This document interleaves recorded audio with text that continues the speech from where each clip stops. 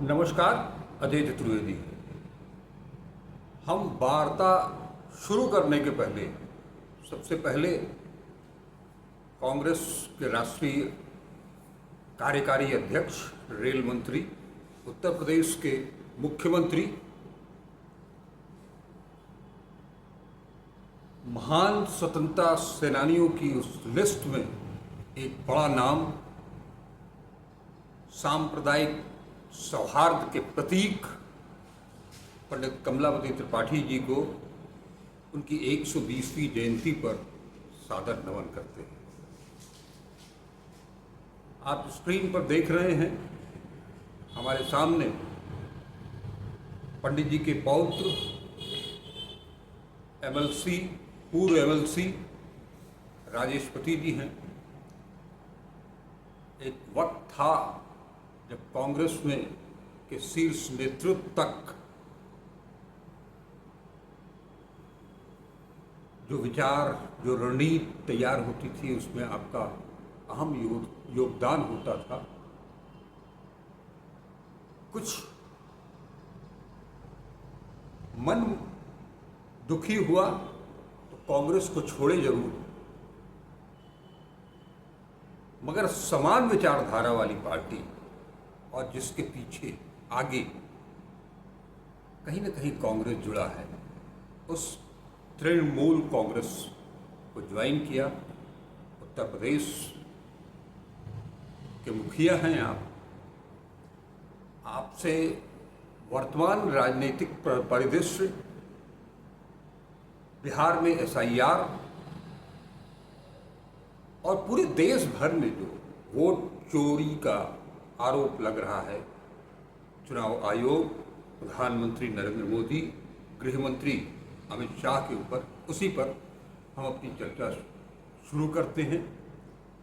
आपका बहुत बहुत स्वागत है सर। धन्यवाद। हम शुरुआत करते हैं एसआईआर से ही।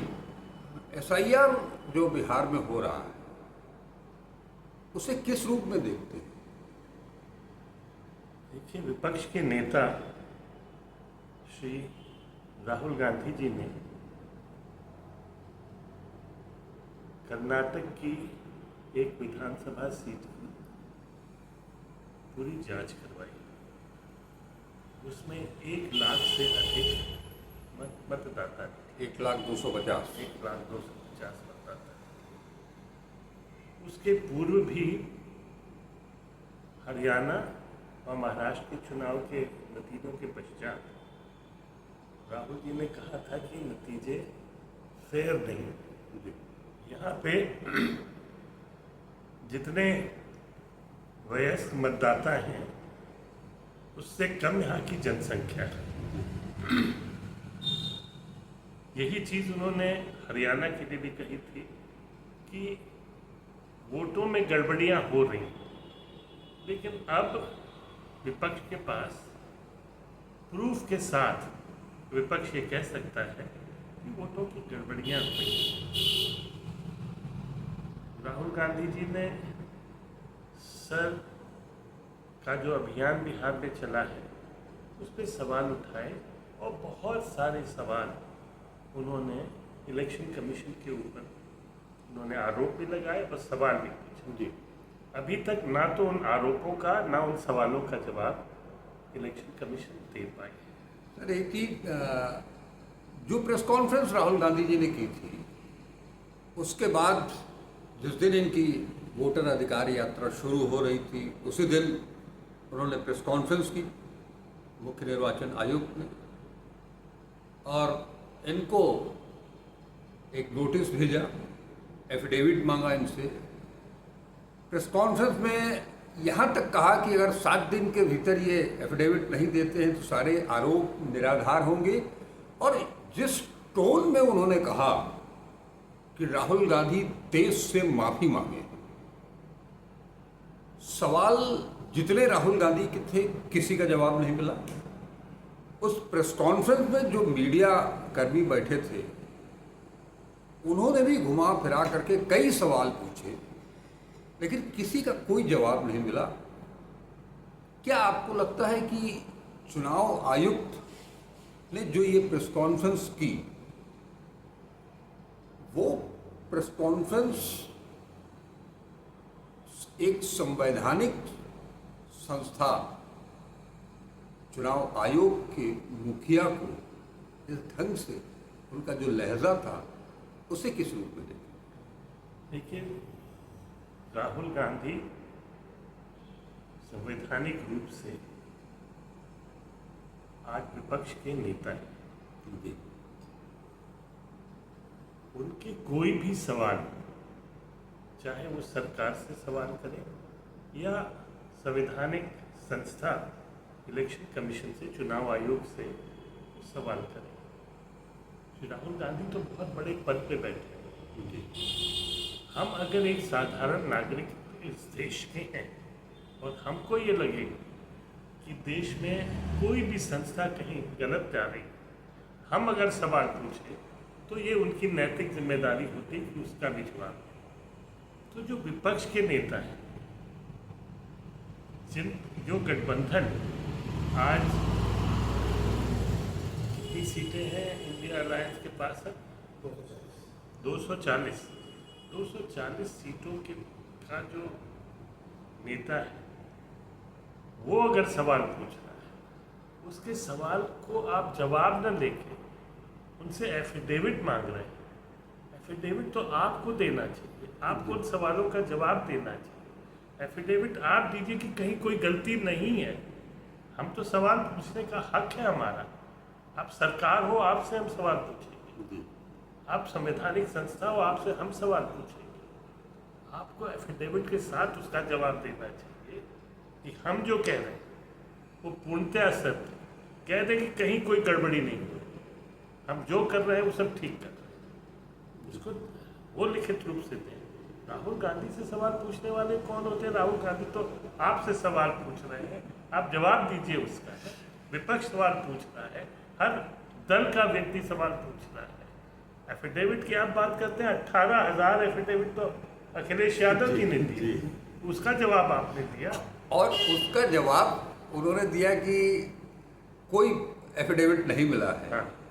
और उसी चुनाव आयोग का एक प्रदेश का सीईओ कहता है कि हमारे पास वो एफिडेविट और वो उनकी शिकायती पत्र केंद्रीय चुनाव आयोग से हमारे पास आया और उस पर हम काम कर रहे हैं। तो ये एक भ्रम फैलाने का की स्थिति है। सच्चाई तो ये है कि आज बिहार में डीओज क्या कर रहे हैं। आज 2 दिन 3 दिन और बचे हैं जी। आज 13 दिन हो गए और 2-3 दिन और आज 29 तारीख है, कल लास्ट है। हाँ, उसके बाद 31 तारीख को विश्राम है। 1 तारीख को जो, अब यहाँ भी देखिए, 1 तारीख को इंडिया गठबंधन की गांधी मैदान में रैली होनी थी। वो रैली गांधी मैदान इनको नहीं दिया गया। 31 तारीख तक, ये 17 तारीख से यात्रा पर हैं। इस बीच में ये वेल नोन है कि 1 तारीख को वहाँ कार्यक्रम होना था। इस बीच में 31 तारीख तक के लिए वो गांधी मैदान को किसी सरकारी कार्यक्रम के लिए दे दिया गया। बावजूद इसके अब वहाँ से गांधी मैदान में ही जो प्रतिमा है बापू की, वहाँ से लेकर के अम्बेडकर प्रतिमा तक की 4 किलोमीटर की यात्रा है। इनको लगता है कि रैली होती तो वो कहीं ज़्यादा इनके लिए नुकसानदायक होती। क्या ऐसा नहीं लगता कि रैली अगर होती तो वो मैदान के केवल भीतर होती? ये तो 4 किलोमीटर शहर के भीतर भी चलेंगे। शहर के भीतर चलेंगे, पूरा विपक्ष साथ चलेगा जी। और पूरा विपक्ष ये सवाल पूछ रहा है। आज अगर 40% मतदाता अगर भारतीय जनता पार्टी के साथ है तो 60% मतदाता उनके साथ नहीं। उनको तो जवाब देना होगा ना इलेक्शन कमीशन को, उनको तो सरकार को जवाब देना होगा। आज देश को जो 60% लोगों को जो रिप्रेजेंट कर रहे हैं, अगर वो एक रैली करना चाहते हैं, एक मीटिंग करना चाहते हैं, तो उनको रोकने का अधिकार तो आपको नहीं है। आप सरकार हैं, आप किसी बहाने किसी को रोक सकते हैं। यात्रा आप रुकवा ही रहे हैं जी। आपको टेररिस्ट की स्केचेस आपने लगाई दिए तो पकड़ लीजिए ना उनको। जब इतनी जानकारी आपको हो गई है कि टेररिस्ट आ गए तो पकड़िए उनको। ये जिम्मेदारी किसकी? ये भी राहुल गांधी जी की जिम्मेदारी है कि टेररिस्ट आ गए, आप पकड़ेंगे उनको। ये कौन लेगा जिम्मेदारी? घुसपैठिए घुस रहे थे और टेररिस्ट आ गए। बताइए। ये बहुत समय रहते इनको पता भी चल गया। पहलगाम में इनको पता नहीं चला था, तो जहाँ 26 लोगों की हत्या हो गई। तो एक वातावरण बन रहा है, उस वातावरण से कहीं न कहीं रूलिंग पार्टी और उनके अलाइज जो हैं वो निश्चित रूप से भयभीत है। देश का वातावरण बदल रहा है, बहुत तेजी से बदल रहा है, और लोगों में, हम लोग भी लोगों के बीच जाते हैं, आम लोगों के बीच जाते हैं। कल चुनाव में क्या होगा इसको हम नहीं कह सकते, लेकिन लोगों के मन में धीरे धीरे गुस्सा फटता जा रहा है। अगर ये गुस्सा नहीं होता तो बिहार की सड़कों पर उनको मंत्रियों को दौड़ा दौड़ा के मारने की भीड़, ये कोई कांग्रेसियों की भीड़ या राष्ट्रीय जनता दल की भीड़ नहीं थी, जनता की भीड़ थी जो उनको दौड़ा। तो कहीं न कहीं तो नाराजगी है लोगों में, कहीं न कहीं उनके मन में ये भाव है कि विपक्ष के नेता और विपक्ष हमारी बातों को रख लें, हमारी बातों को समझ लें। और यही शायद यही लोग हैं जो हमारे तकलीफ़ों से, जो हमारे यहाँ बेरोज़गारी, जो पलायन की वहाँ पे समस्या है, उनको दूर कर सकते हैं। पलायन की सबसे ज़्यादा समस्या वहाँ है, बेरोजगारी की समस्या वहाँ है, गरीबी देश का सबसे, अशिक्षा, हाँ, सबसे बुरी हालत अगर देश में किसी प्रांत की है तो वो बिहार की है। और पिछले करीब 20 सालों से पूरी तरह से तहस नहस कर दिया गया है।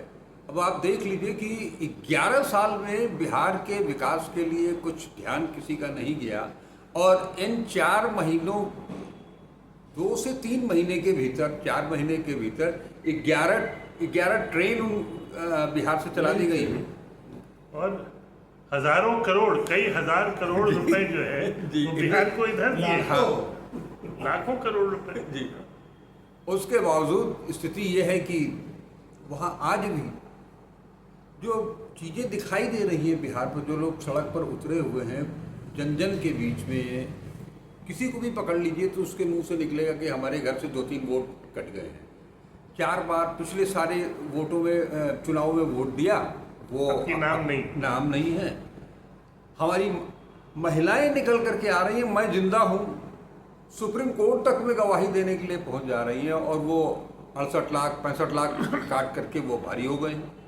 और बहुत सारे लोग, महिलाएं और पुरुष जो निकल के गांव से आ रहे हैं, जो कह रहे हैं कि हमारा वोट है, लेकिन हमारे घर में 5 लोग का जी भैया, हमारे खानदान में 100 लोग हैं, 50 लोग हैं, उसमें 20 लोगों का नाम नहीं। किसी ने तो यहाँ तक कहा कि करीब करीब 30% जी नाम कटे हुए। आप तो 10% की बात कर रहे हैं, लेकिन 30% नाम बदले, और ये 1 तारीख को अपनी सूची प्रकाशित कर देंगे। उसके बाद तो आप ऑब्जेक्शन भी नहीं कर सकते। तो निश्चित रूप से येन केन प्रकारेण ये सरकार विपक्ष को आगे आने नहीं देना चाहती। एक चीज़ और भी वहाँ सामने आई है कि जो SIR के माध्यम से वोट काटने का सिलसिला चल रहा था, इधर बीच हाल के दिनों में बहुत तेजी से वोट जोड़ने का भी काम शुरू हो रहा है। वो फॉर्म 6 के माध्यम से पहली बार जो लोग मतदाता बनने वाले हैं, बहुत तेजी से करीब अभी भी 1 लाख के करीब वोटर ऐसे पहुंच गए हैं। एक हफ्ते 10 दिन के भीतर की ये स्थिति है। नहीं, बहुत तेजी से हो रहा है ये कार्य। 1 लाख आप कह रहे हैं, मुझे जहाँ तक पता है कि हमारी बात हुई, 1 लाख से कहीं ज़्यादा नए मतदाता ऑलरेडी बन चुके हैं। और इलेक्शन कमीशन तो ये कह रहा है कि करीब करीब 100% टारगेट को पहुँच जाए। और आज भी SIR 30 1 सितंबर को उनकी ड्राफ्ट सूची को भी फाइनल करके नई सूची आ जाएगी। आज भी कहीं एक घर में 500 से ज़्यादा लोग हैं तो कहीं 400 से ज़्यादा लोग हैं, ऐसे घर भी मिलते चले जा रहे हैं।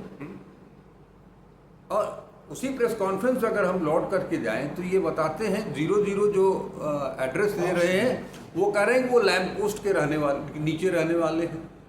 अरे इतने दिन से 11 साल से मोदी जी जो है वो सबको आवाज दिए चले आ रहे हैं, उसके बावजूद 500 लोग लैंप पोस्ट के नीचे रह के बताता है ये। और जो घर में रह रहे हैं उनका नाम कटा जा रहा है जी, जो लैंप पोस्ट के नीचे रह रहे हैं उनका नाम जोड़ा जा रहा है। लेकिन एक चीज और भी है कि मैंने हाल के दिनों में जो सुना है कि राहुल गांधी की निगाहें बनारस पर भी है। बनारस का जो 2024 का इलेक्शन हुआ है और वहाँ 2 विधानसभा सीटों का जिक्र स्पेशली आ रहा है शहर में, जहाँ पर मोदी जी लीड किए थे, शहर उत्तरी और शहर दक्षिणी। इसको लेकर के भी कामकाज शुरू हो चुके हैं। क्या ऐसा लगता है कि यहाँ भी उस ढंग से मोदी जी भी हम अगर लोकसभा के चुनाव के पूर्व विधानसभा के चुनाव में काशी देखें, शहर दक्षिणी की जो सीट है तो इनकी गढ़ मानी जाती है। और हम सब लोग जानते हैं कि 21वें राउंड तक जो विपक्ष के कैंडिडेट थे, समाजवादी पार्टी के जो किशन दीक्षित जी, वो 8 या 10 हज़ार वोटों से आगे चल रहे थे और अंतिम 3 राउंड में वो पीछे भी हो गए और 8-10 हज़ार वोटों से उनको हरवा भी दी। तो जब विधानसभा में ये हाल थी, जो नाराजगी लोगों की विधानसभा में थी उससे कहीं ज़्यादा नाराजगी लोगों की बात करता है। तो इसकी संभावना पूरी है हमारे ख्याल से। अगर राहुल जी इसको बनारस को इस नज़र से देख रहे हैं तो बहुत अच्छा है और बनारस पे निश्चित रूप से नज़र डालनी चाहिए। नहीं, राहुल गांधी जी ने जो कहा है कि वो केवल बेंगलुरु सेंट्रल का वो महादेवपुरा ही नहीं है, उसके अलावा वो राजस्थान की भी बात कर रहे हैं, वो मध्य प्रदेश की भी बात कर रहे हैं, वो छत्तीसगढ़ की भी बात कर रहे हैं और टोटल लोकसभा में 70 से 80 सीटों की बात कर रहे हैं जो कि चोरी हुई है। और इन राज्यों का उल्लेख करते हुए वो बनारस पर भी आकर के टिकते हैं कि अच्छा, वो भी हम उसको छोड़ेंगे नहीं। बनारस निश्चित रूप से देखा जाना चाहिए। बनारस में विपक्ष ने निश्चित रूप से बड़ी मजबूती से चुनाव लड़ा था और हम लोग सबको आश्चर्य हुआ जब ये डिक्लेरेशन हुआ कि 1,51,000 वोटों से मोदी ने चुनाव जीता। तो हम सबको आश्चर्य हुआ, बनारस के लोगों को आश्चर्य हुआ। तो इस चीज़ को आज भी आश्चर्यचकित है लोग। तो इस चीज़ को अगर राहुल जी उठाते हैं, इसकी आप सर्वे कराते हैं जिस तरह से महादेवपुरा में किया, बनारस पार्लियामेंट का कराए जी, तो निश्चित रूप से हो सकता है परिणाम को। नहीं, अभी कुछ चीज़ें वोटर लिस्ट की कॉपियां वायरल होनी शुरू हुई थी। एक एक वोटर का 3-4 जगह पर अलग अलग एपिक नंबर, पता भी अलग, एक लिस्ट एक मठ की भी जारी हुई थी, हालांकि वो नगर निगम से। यानी एक चीज़ तो दिखा रहा है कि वो पंचायत चुनाव हो, वो निकाय का चुनाव हो, नगर निगम का चुनाव हो, विधानसभा का चुनाव हो, लोकसभा का चुनाव हो, हर जगह अब जिस तरह से महादेवपुरा को इन्होंने दिखा दिया है, उसके बाद से लगातार जैसे लग रहा है कि कुछ यहाँ भी गड़बड़ी हुई होगी, वहाँ भी गड़बड़ी हुई होगी, वहाँ भी गड़बड़ी हुई है, हर जगह। और आज तो उन्होंने एक सवाल भी पूछ दिया, कल आज नहीं कल वो एक संविधान सुरक्षा सम्मेलन के अंदर एक मुद्दा भी उठा दिया कि वो अगर हम किसी को चोर कह रहे हैं और उसका वो जवाब नहीं दे रहा है, इसका मतलब कि वो उसको स्वीकार कर रहा है। अगर उसको चोरी नहीं किया है तो वो तत्काल रिएक्ट करता। ठीक बात। अब एक एग्जाम्पल अभी हम लोग के पास उत्तराखंड का है जी। उत्तराखंड में वहाँ पे जब भी लोगों से मिलते थे, आम लोगों से, किसी पार्टी के नहीं, कुछ नहीं, विधानसभा के चुनाव के पूर्व एक तरह से लग रहा था कि यहाँ निश्चित रूप से कांग्रेस की सरकार में निश्चित रूप से बता, मतलब गांव देहात के आदमी, हमारे घर के पास एक वो है बैंक है, स्टेट बैंक की ब्रांच है, तो वहाँ गांव से लोग आते हैं, अपना महिलाएं और सब आते हैं अपना पेंशन वेंशन लेने के लिए। और हमने वहाँ पहले सुना है कि लोग कह रहे, अरे मोदी जी पैसा भेजते हैं, आप लोग हमको देते नहीं, इस तरह की बातें लोग करते थे। अब की विधानसभा के पूर्व वही गांव के जो लोग आते थे, महिलाएं आती थी, उनसे पूछते थे किसको, कांग्रेस को देंगे, अब की राहुल गांधी को वोट देंगे। सबकी तरफ से आ रहे थे और एक तरफा वहाँ सब चुनाव हो, सारी की सारी, मतलब इतनी बड़ी हार कांग्रेस की वहाँ पे। तो कहीं ना कहीं कुछ समझ में तो नहीं आ रहा था हम लोग कि हो क्या रहा है। और अभी पंचायत के चुनाव हुए और कांग्रेस की बम्पर जीत हुई, बम्पर जीत हुई, मतलब कई कई जगह तो कांग्रेस कैंडिडेट के खिलाफ कोई दूसरा उम्मीदवार नहीं मिला, भाजपा लड़ी नहीं सरकार रहते हुए। तो कहीं ना कहीं कुछ तो है ऐसा कि जिसपे राहुल जी की नज़र पड़ गई है, उसको वो देख रहे हैं और दबा रहे हैं।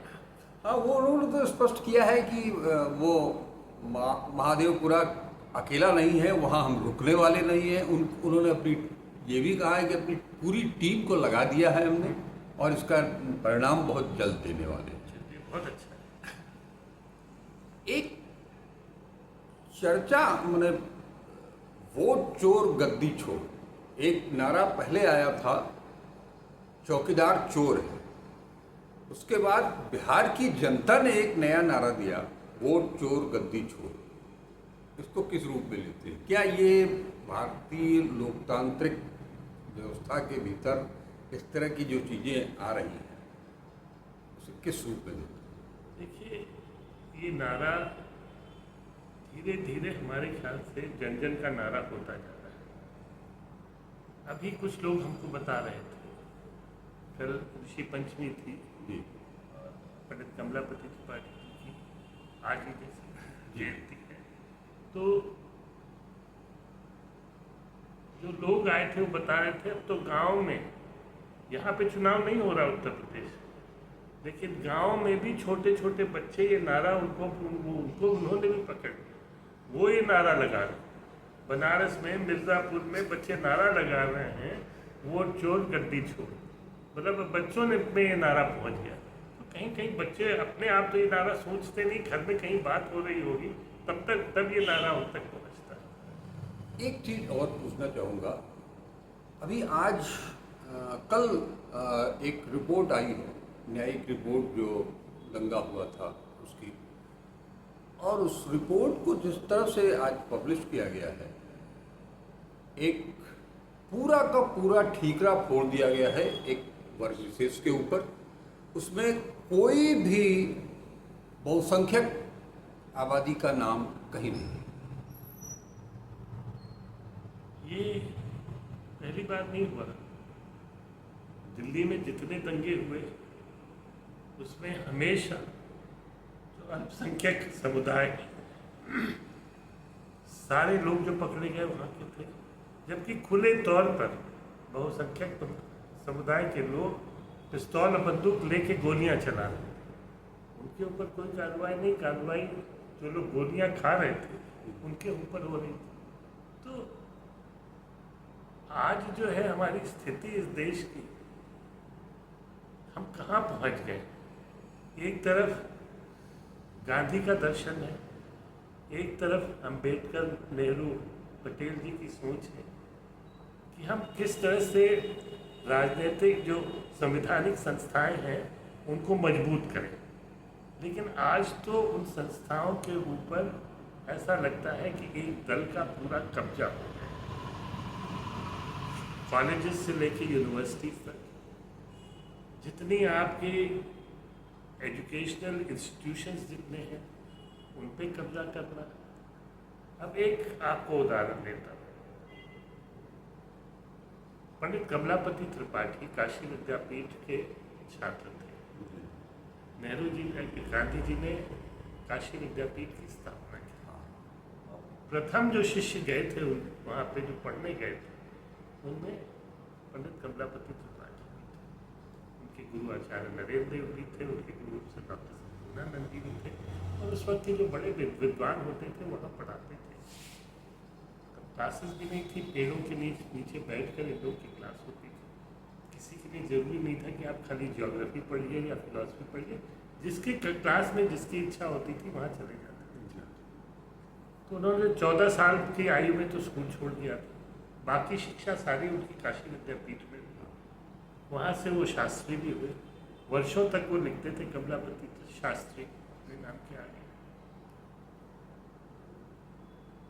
चांसलर हुए वहाँ के, एक तरह से उसको विद्यापीठ का दर्जा देने में उनका बहुत बड़ा योगदान था। चांसलर थे, और जब सरकार को उनको देना था, और जो सरकार को जब दे रहे थे तो ये जानते हुए दे रहे थे कि हम यहाँ अगर गवर्नमेंट की हो जाएगी तो हमारी चांसलरशिप यहाँ से कट जाएगी। तो मुख्यमंत्री के रूप में उन्होंने काशी विद्यापीठ को एक यूनिवर्सिटी, स्टेट यूनिवर्सिटी घोषित किया। आज काशी विद्यापीठ बहुत अच्छा फल फूल रही है, बहुत आगे। आज से 2 वर्ष पूर्व या 3 वर्ष 2 वर्ष पूर्व हम लोगों ने हर वर्ष की तरह जैसे कमलापति जी की जयंती मनाते हैं, कई बार विद्यापीठ में भी मना चुके हैं। तो विद्यापीठ में मनाने की हम लोगों ने अनुमति दी, लेकिन हम लोग को अनुमति नहीं मिली। वाइस चांसलर ने जिन शब्दों का प्रयोग किया, मैं उनका प्रयोग तो नहीं करूँगा, लेकिन उनके लिए तो एक वहाँ पे स्पेशल सीट होनी चाहिए। विद्यापीठ को खुद उनकी जयंती प्रत्येक जैसे संस्कृत यूनिवर्सिटी मनाती है वैसे उनको मनानी चाहिए, लेकिन वो मीटिंग करने की जगह नहीं थी। और वो भी पंडित जी बापू के आह्वान पर मालवीय जी के विरोध के बाद हिंदुस्तान बीएचयू छोड़ करके वो काशी विद्यापीठ गए।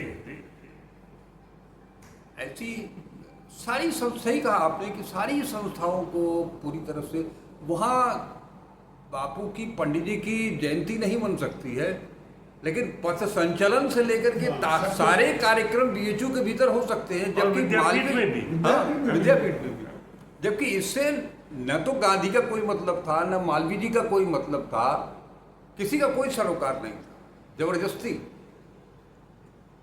तो अब अगर इंस्टीट्यूशंस पे इनको कब्जा करना है,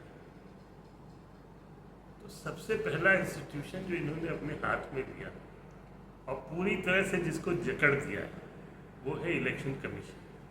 वो पूरी तरह से उसको अपने हाथ में रख लिया है, पूरी मशीनरी इनके हाथ में है।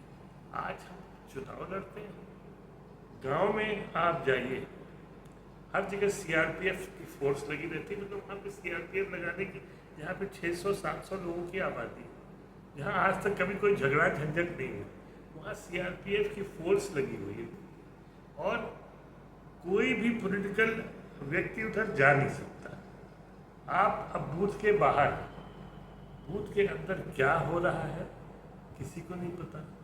अब पता नहीं सीसीटीवी उनका कैमरा लगा रहता है या चलता भी नहीं, अब तो उसकी भी कोई हम देंगे नहीं, वो हम देंगे नहीं। उसमें अब समझ में नहीं आता है कि ये पोलिंग बूथ की सीसीटीवी फुटेज कोई मांग रहा है या किसी के वॉशरूम का सीसीटीवी फुटेज मांग रहा है या चेंजिंग रूम का। जिन महिलाओं की आप बात कर रहे हो, महिलाएं तो वहाँ जाके वोट दे ही नहीं। उनकी इज्जत पे कौन हाथ उठा रहा है कि फोटो देखेगा तो उनकी इज्जत चली जाएगी। वो वोट देने जा रही हैं, वहाँ पे अगर बुर्का पहने हुए महिलाएं जाती हैं तो उनको कहा जाता है कि आप घूंघट वाली महिलाएं जो जाती हैं उनका घूंघट उठवाया जाता है। तो जब ये सारी चीजें हैं, तो ये कहना कि मतलब इससे ज्यादा बेवकूफ़ी भरा बयान तो इलेक्शन कमीशन की तरफ से दूसरा नहीं आ सकता।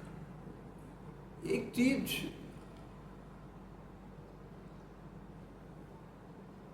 संसद में गृहमंत्री ने एक विधेयक पेश किया है, जिसे कि जेपीसी को भेज दिया गया है, 130वां संविधान संशोधन। इस विधेयक को आप लोगों ने जेपीसी भी जाने से इनकार कर दिया है, समाजवादी पार्टी ने भी जेपीसी में जाने का से मना कर दिया है। कांग्रेस ने अभी कुछ स्पष्ट नहीं किया है, लेकिन जो जानकारी मिल रही है कि कोई भी जेपीसी में, विपक्ष या इंडिया गठबंधन का कोई भी मेंबर जेपीसी में इस बार नहीं जाएगा। इसको लेकर के थोड़ा सा स्पष्ट करेंगे? देखिए, सरकार इस वक्त बुरी तरह से, जो विपक्ष का आज एक बड़े मजबूत तरह से विपक्ष एक साथ जी। आगे बढ़ रहा है, जिस अटैकिंग फॉर्म में विपक्ष है इस बार, पिछले 2 चुनाव में तो नहीं दिखता था। इस चुनाव में जब से राहुल गांधी जी विपक्ष के नेता हुए, विपक्ष बहुत अटैकिंग रहा है और सरकार कहीं न कहीं घबराई हुई है।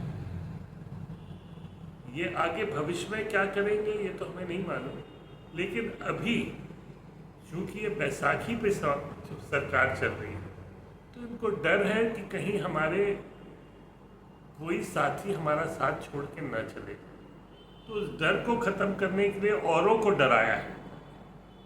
ये हो पाएगा कि नहीं संविधान संशोधन, मुझे इसमें खुद को मुझे शक है कि ये लागू कर पाएंगे, लेकिन अभी इस वक्त अपने साथियों को डराने का काम नहीं। अब गृह मंत्री ने एक कॉन्क्लेव में ये भी कहा है कि अरविंद केजरीवाल जेल से सरकार चला रहे थे, फाइलें निपटा रहे थे।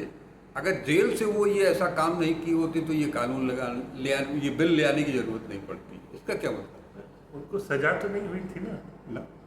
अरविंद केजरीवाल जेल में थे लेकिन सजा नहीं हुई थी। जेल में तो आपने डाला था, आरोपों पे उनको आपने अंदर किया था। 5 महीने 6 महीने जब भी अंदर थे उनकी बेल हो गई। और अगर मुख्यमंत्री को आप गिरफ्तार करते तो गिरफ्तार करने के पहले आपका रवैया उस मुख्यमंत्री के प्रति क्या था? आप कितना उनकी भावनाओं से आप कितना सहमत थे? उनकी जो चीज़ें, आप तो पहले से ही उनको अटैक करके फंसाने की कोशिश कर, जो पॉलिसी, जो लिकर पॉलिसी जिसकी बात ये दिल्ली में करते हैं, आज सारे प्रांतों में वही बात, हमारे उत्तर प्रदेश में वही लिकर पॉलिसी, कोई अलग नहीं है। और उस पर आपने उनको कह दिया कि ये पैसा लेके कर रहे हैं, और बाकी लोग कैसे कर रहे हैं? बाकी अन्य जहाँ भारतीय जनता पार्टी की सरकार है, अब तो वो लोग परमिशन दे देंगे कि मंदिर के बगल में भी वो शराब की दुकान खोल लो, स्कूल के बगल में भी खोल लो। तो पॉलिसी एक सरकार बनाती है, सोच समझ के बनाती है। उनकी पॉलिसी वैसे थी। अरविंद केजरीवाल ने क्या किया क्या नहीं किया ये हमें नहीं मालूम, लेकिन आपने खुद संविधान का उल्लंघन करते हुए उनको जेल में भेजा, आपने आरोपों में भेजा। तो आप कर सकते थे कार्य अपना। नहीं, एक चीज और भी वो कह रहे हैं कि इसमें तो प्रधानमंत्री जी की बहुत बड़ाई कर रहे हैं। सबसे बड़ी चीज ये थी कि अरविंद केजरीवाल के पास कोई डिपार्टमेंट तो था नहीं, उन्होंने कोई डिपार्टमेंट अपने पास तो रखा नहीं था। सारा डिपार्टमेंट तो अलग अलग लोग देखते थे। मुख्यमंत्री का कार्य एक जनरल एडमिनिस्ट्रेशन का था, उसको वो देखा कर रहा है, जिसमें आप ऑलरेडी वाइस चेयरमैन को ले आए हैं वहाँ पे। एलजी वहाँ बैठे हुए हैं, एलजी बैठे हुए हैं, वो आपको कितना एडमिनिस्ट्रेशन करना देने देंगे ये आप करने देंगे? उसके लिए भी आपने कानून दिया। हाँ, सारे IAS सब लोग जो है वो दिल्ली सरकार मतलब सेंट्रल गवर्नमेंट के अंडर आ गए, वो उनकी बात मानते हैं। उस विकट परिस्थितियों में वो कार्य कर रहा था, तो ये तो अच्छी बात है कि अपने उसको ये विश्वास था कि हम गलत नहीं, वो कार्य करता रहा। नहीं, इसके माध्यम से अपने जो बैसाखियाँ हैं उनको डराने की कोशिश तो है ही है। साथ साथ जिन राज्यों में विपक्ष की सरकारें हैं उनको भी डराने का वो है। और कितना हास्यास्पद सा ये नहीं लगता है कि इस देश में कोई भी प्रधानमंत्री हो, पुलिस उसके खिलाफ FIR करेगी, उसको गिरफ्तार कर लेगी, वो भी इस मोदी जी के शासनकाल में। और अब तो 11 सितंबर भी बीत जाएगा। तो आज तो मोहन भागवत जी ने भी कह दिया। हाँ, आज तो उन्होंने किसी को जरूरत नहीं है, पद छोड़ने की किसी को जरूरत नहीं है। ये आखिरी सवाल एक पूछूंगा, जब जनवरी में जब से डोनाल्ड ट्रंप वापस आए हैं तब से लेकर के और आज जनवरी से अगस्त खत्म होने को है, पूरी दुनिया में अकेला भारत है जिसको उन्होंने बार बार अपमानित किया है। और इस बार जो 25% टैरिफ और 25% जुर्माना, उससे भारत की जो स्थिति है, व्यापारिक स्थिति, वो पूरी तरह से उन्होंने, खास तौर पर जो गारमेंट्स का क्षेत्र है, हीरो का वो क्षेत्र है, कपास की खेती, हमारी कालीन वाले, जी कालीन वाले, भदोही मिर्जापुर पूरा कालीन है, बनारसी साड़ी है, इन सब चीज़ों पर जो असर पड़ने जा रहा है उसको किस रूप में आप देखिए। सबसे पहले तो अमेरिका ने जो आरोप लगाया कि हम रूस से तेल ले रहे हैं, जी मेन तो यही है कि हम रूस से तेल ले रहे हैं और रूस से तेल लेकर हम प्रॉफिटेरिंग का कार्य करें। अगर वो रूस से इंडियन ऑयल इंपोर्ट कर रही है, भारत पेट्रोलियम इंपोर्ट कर रही है, हिंदुस्तान पेट्रोलियम इंपोर्ट कर रही होती और सस्ते तेल को लेकर उस सस्ते दामों पर भारत के नागरिकों को वो तेल मिलता है, तो उस पर अमेरिकन को ऑब्जेक्शन नहीं है। उनको ऑब्जेक्शन इस चीज़ पे कि आप रूस से तेल ले रहे हो, एक व्यक्ति को सारा तेल दिया जा रहा है, एक रिफाइनरी को दिया जा रहा है, वो रिफाइन करके उसको भारत की जनता को नहीं दे रही, वो उसका एक्सपोर्ट कर रही, वो प्रॉफिट। इस चीज़ की नाराजगी अमेरिका यही सवाल बार बार भारत से पूछ रहा है। तो आज जो लाखों लोग बेरोजगार हैं, जी लाखों लोग, हम तो अभी नोएडा में हमारे मित्र हैं, उनकी बहुत बड़ी गारमेंट फैक्ट्री थी, वो कह रहे थे कि हम लोग को तो समझ नहीं आ रहा है, हमारे 7-8 हज़ार लोग हमारे ऑफिस में काम, ये बहुत बड़ा झटका लगने वाला है, खास तौर पर उसमें भी महिलाएं जो काम कर रही हैं, वो लार्ज स्केल पर महिलाएं सड़क पर उनके अगर 5,000 सोइंग मशीन है जी, तो उसमें 3-4 हज़ार महिलाएं वहाँ पे सिलाई कर, ट्रेन महिलाएं आई हैं।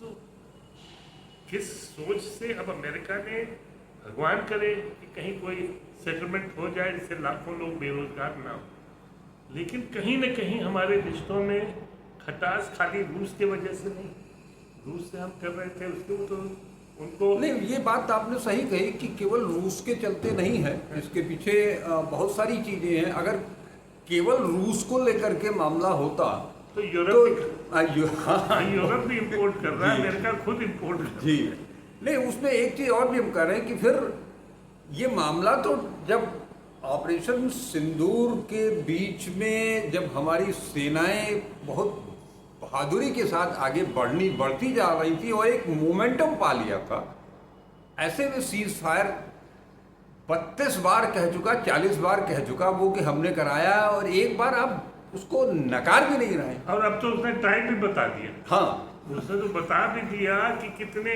कब हमने, कब उन्होंने क्या कहा, और हमने कहा नहीं 24 घंटे के अंदर आपको खत्म करना और 5 घंटे कर दी। तो आप इन चीज़ों को तो कहिए ना। और राहुल गांधी जी ने तो यही कहा, फ्लोर हाउस में आप कह दीजिए, अब सब आपके साथ हैं कि ट्रम्प झूठ बोल रहा है। हाँ ये तो उन्होंने कहा कि आप कह दीजिए फ्लोर ऑफ द हाउस पे, तो चैलेंज भी किया हाँ। लेकिन वहां भी नहीं बोल पाए। अभी नहीं बोले।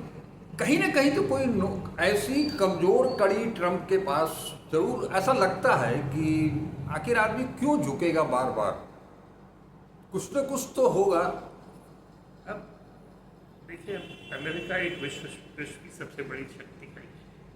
अमेरिका बहुत बड़ी जो है, अब अकेली शक्ति नहीं है, लेकिन विश्व की बहुत बड़ी ताकत अमेरिका के पास, आर्थिक, सैन्य, हर तरह से वो बहुत बड़ी। और 2500 साल का ये एफर्ट था कि हम धीरे धीरे धीरे अमेरिका से हमारा दोस्ती का हाथ, हम एक दूसरे की तरफ बढ़ना है। और मनमोहन सिंह जी के समय में आके एक बैलेंस हमारा जो है वो अमेरिका के साथ हो गया था। अमेरिका हम भारत की तरफ देखता था कि दुनिया की सबसे बड़ी जो है डेमोक्रेसी है, अमेरिका देखता था कि एक ग्रोइंग इकोनॉमी है। अमेरिका में कहा जाता था कि भाई भारत के लोग सबसे अच्छे हैं, जितने यहाँ पे भारत के लोग आके बसे जितने दुनिया से लोग आके बसे हुए हैं उनमें सबसे अच्छे भारतीय, न कोई दंगा फसाद करते न कुछ करते, अपने काम से काम करते, अपने परिवार के लिए काम करते। आज वो भारतीय संकट में है, देश तो यहाँ संकट में है, आज हम भारतीय संकट में है। लोगों को रोक रोक के ये कहा जाता है कि आप कहाँ के हो। फ्रॉम अमेरिका, मेरा जन्म यहीं पे हुआ है, मेरे माता पिता अमेरिकन थे, मैं भी अमेरिकन। मूल निवासी कहाँ के हो? भारतवर्ष के, पकड़ो अंदर करो। बाद में भले ही छोड़ दिया जाता है, लेकिन वो हैरेसमेंट तो हो जाता है कि 1 दिन 2 दिन उनको जेल में बैठा दिया जाता है। छात्रों को इस तरह से किया जा रहा है। ये सच्चाई है, ये सारी चीजें आ रही हैं। लेकिन ये जो प्रक्रिया चल रही है, हमारी फॉरेन पॉलिसी पूरी तरह से फेल, पूरी तरह से। मतलब आज तक भारत इस दयनीय स्थिति में कभी नहीं था। हम नॉन अलाइनमेंट के मेंबर्स थे, विश्व के 100 से ज़्यादा विश्व देश हमारे साथ रहते थे। हम बैलेंस बना के रशिया और अमेरिका के बीच में हम रहते थे। रशिया हमारा ज़्यादा मित्र था क्योंकि वो बुरे समय में हमारे साथ खड़ा था। अब रशिया हमसे अलग हो गया, आज अमेरिका अलग हो गया, हम हैं कहाँ? यूरोप आपके साथ खड़ा नहीं हुआ। आपको मजबूर कर दिया गया है कि आप चाइना के पास जाइए। चाइना जिसका विस्तारवादी जिसकी नीति, ड्रैगन जब तक सो रहा था तब तक सो रहा था, ड्रैगन जाग गया है। ड्रैगन जिस दिन चाहे वो भारत की सारी नदियों को जो तिब्बत और हिमालय से आ रही, उनको जिस दिन चाहे उस दिन रोक सकता है, उस दिन जिस दिन चाहे वो आपके यहाँ बाढ़ कर सकता है। सीधी वार्निंग उन्होंने दे दी कि पाकिस्तान का पानी रोकोगे, तुम्हें अधिकार नहीं, तो तुम मिड स्ट्रीम वाले दोस्त हो, अप स्ट्रीम के तो हम, पानी हमारे तिब्बत से आ रहा है, अप स्ट्रीम पे तो हम लोग। तो इन परिस्थितियों में हमको चीन के पास जाना पड़ रहा है ना।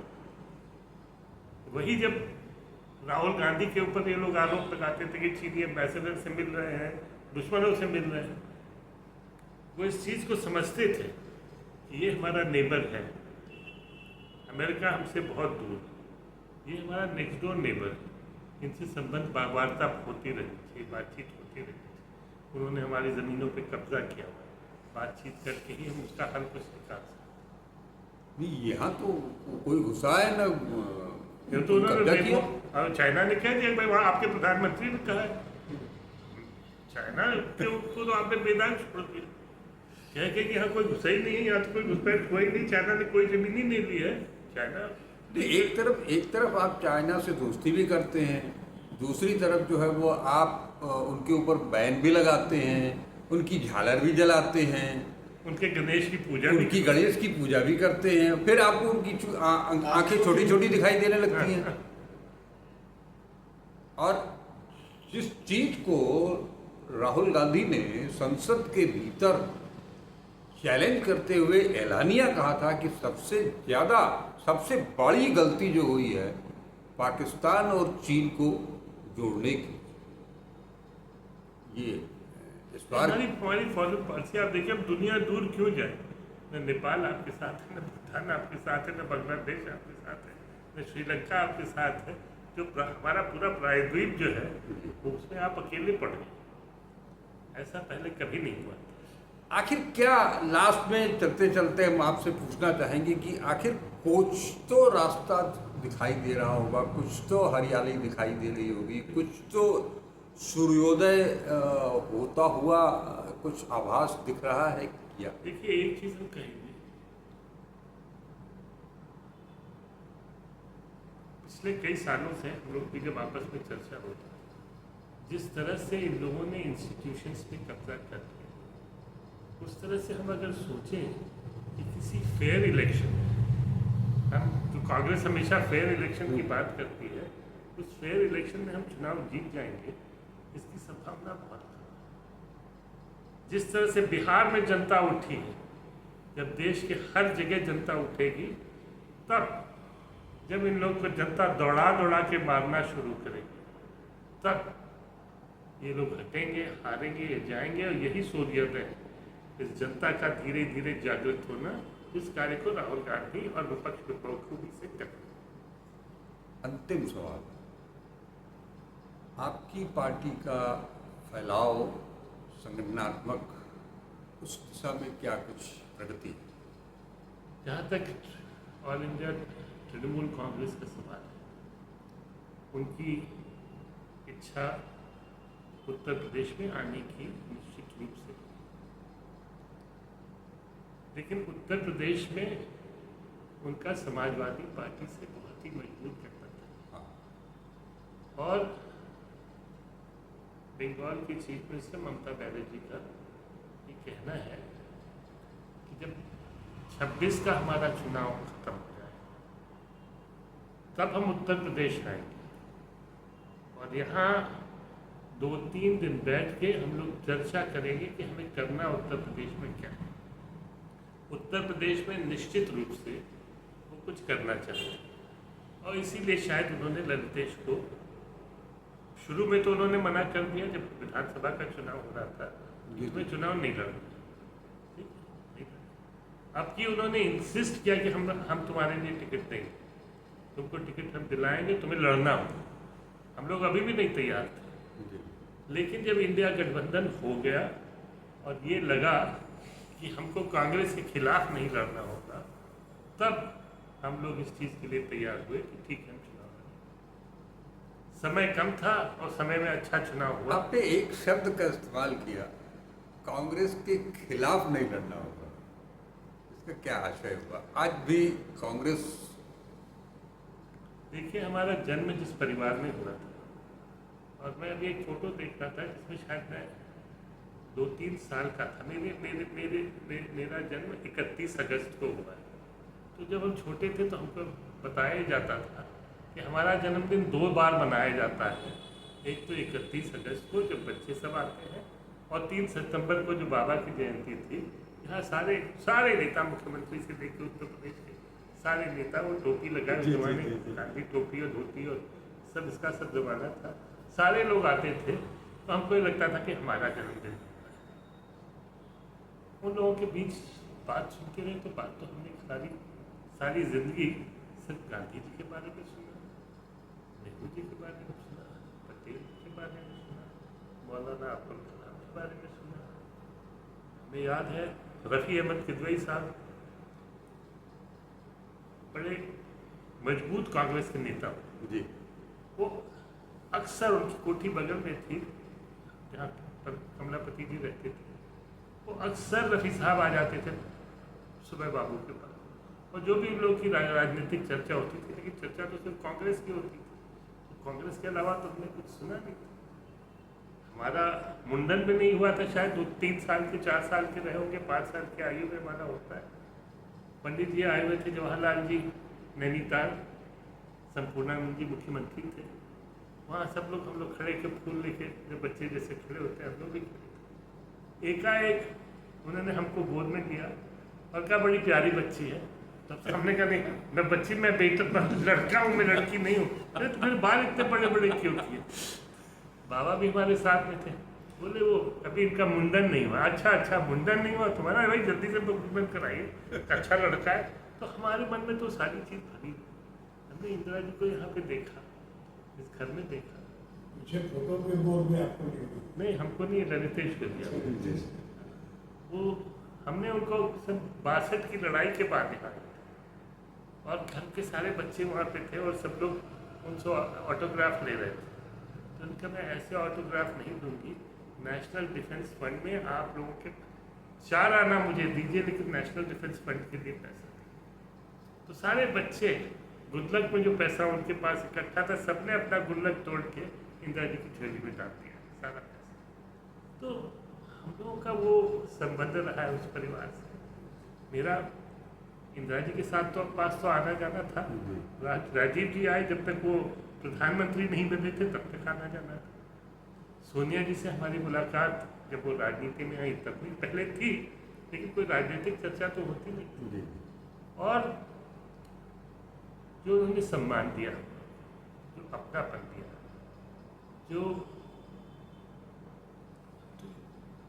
चर्चा नहीं कर सकते इस चीज़ की, लेकिन जो भी हमने उनसे कहा चाहे उनका निर्णय हो गया, अगर हमने कहा तो हमारी बात उन्होंने मानी। हम उन कुछ लोगों में थे कि अगर हम शाम को दिल्ली पहुँचे मैसेज करें कि सोनिया जी से मिलना है, तो अगर सवेरे मुलाकात नहीं होती थी दोपहर तक मुलाकात। इस सम्मान वो हमको नहीं दे रहे थे, हमको बहुत बड़े नेता नहीं थे, ये पंडित कमलापति त्रिपाठी और लोकपति जी को थे। लोकपति जी के प्रति उनके मन में बहुत श्रद्धा थी। मुझे याद है जब भी वो हॉस्पिटलाइज होते थे दिल्ली में, सोनिया जी हमेशा मिलने आते थे। अंतिम बार वहाँ से फ़ोन आया कि हम आ रहे हैं, हम कहीं बाहर थे और वो आए और आधे घंटे तक एम्स में लोकपति जी के पास बैठे और कहते हुए गई वहाँ से कि लोकपति जी आप चिंता मत कीजिएगा। ललितेश राजनीतिक नहीं थे, चिंता मत कीजिए, ललितेश वहाँ खड़े थे, चिंता मत कीजिएगा, हम आप एक परिवार के सदस्य हैं, कोई राजनीतिक हमारा सदस्य, तो आप किसी तरह की चिंता मत कीजिए।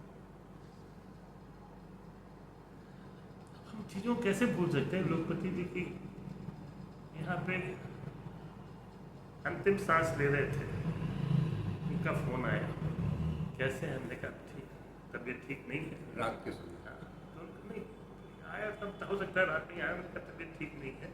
तो बोले देखो उनको, और जब कुछ हो जाएगा, कुछ ऐसी घटना होती है तो हमें ज़रूर सूचित करना। अगले दिन लोकपति जी की बात जब लोग आए तो हमने उनको खबर दी। वो तो हम लोग थे सुन। फिर रात में राहुल उनका फ़ोन आया और कहा कि हम तो नहीं आ पाएंगे, राहुल जा रहे हैं वहाँ। राहुल भी आए, तो आपस का संबंध है, वो संबंध हमारे हृदय से तो कभी निकलेगा और उनसे संबंध है, वही संबंध हमारा कांग्रेस पार्टी से है, जो हमेशा हमारे हृदय में रहेगी। जहाँ रहेंगे वही कार्य करेंगे, क्योंकि हम कमलापति जी की बात को मानते हैं, कांग्रेस मजबूत रहेगी तो देश मजबूत जी। हम लोग पार्टी छोड़ के गए तो हमने किसी से नहीं कहा, हमने बैजनाथ जी से नहीं कहा कि आप हमारे साथ हैं, हमने दयाशंकर जी से नहीं कहा कि आप हमारे साथ हैं। जिन लोगों की इच्छा थी वो हमारे साथ आए, और उनको ये लगा कि यहाँ पे तृणमूल कांग्रेस तो यहाँ कुछ करेगी नहीं, वापस कांग्रेस में गए, कहीं और नहीं कोई चला गया कि बीजेपी में चले जाएंगे, जो भी गया वापस कांग्रेस में गया। तो ये हमको इससे बल मिला, हमें ये भी लगा कि हम कमज़ोर हुए। आपस में कार्यकर्ताओं में जो बातचीत होती है वो तो अलग बात है, लेकिन हमारे लिए तो ये गर्व की बात थी कि हमारे साथ जो लोग आए सब कांग्रेसी थे और फिर वापस कांग्रेस में गए। तो तृणमूल, अब देखिए ममता जी क्या निर्णय लेती हैं। 26 के बाद उत्तर प्रदेश आने की बात उन्होंने की है। हम लोग जो वर्किंग कमेटी की मीटिंग थी उसमें उन्होंने इस चीज़ को कहा था, ललितेश के बारे में कहा उन्होंने कि ललितेश चुनाव जीत गए होते अगर तृणमूल कांग्रेस ने इस चुनाव को सीरियसली लिया होता। हम लोग यहीं बंगाल में फंसे रह गए और उसके चुनाव को देख नहीं पाए। कहीं ना कहीं उनके मन में तो है ही। बहुत बहुत शुक्रिया सर। और अभी आपसे जानकारी मिली तो आपको आपके जन्मदिन की अग्रिम शुभकामनाएं, बहुत बहुत धन्यवाद। और इसके साथ ही आज हम इस चर्चा को यहीं पर विराम देते हैं। फिर मिलेंगे किसी नए मुद्दे के साथ, नए इश्यूज को लेकर के, क्योंकि इस देश में फिलहाल जो स्थिति है, रोज कुछ न कुछ नया, वो भी नकारात्मक देखने को दिखाई दे।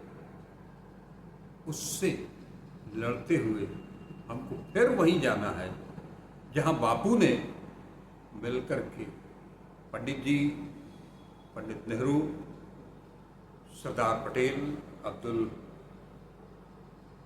इन सारे लोगों ने, डॉक्टर अंबेडकर, इन सब ने मिलकर के जो सपना देखा था इस भारत का,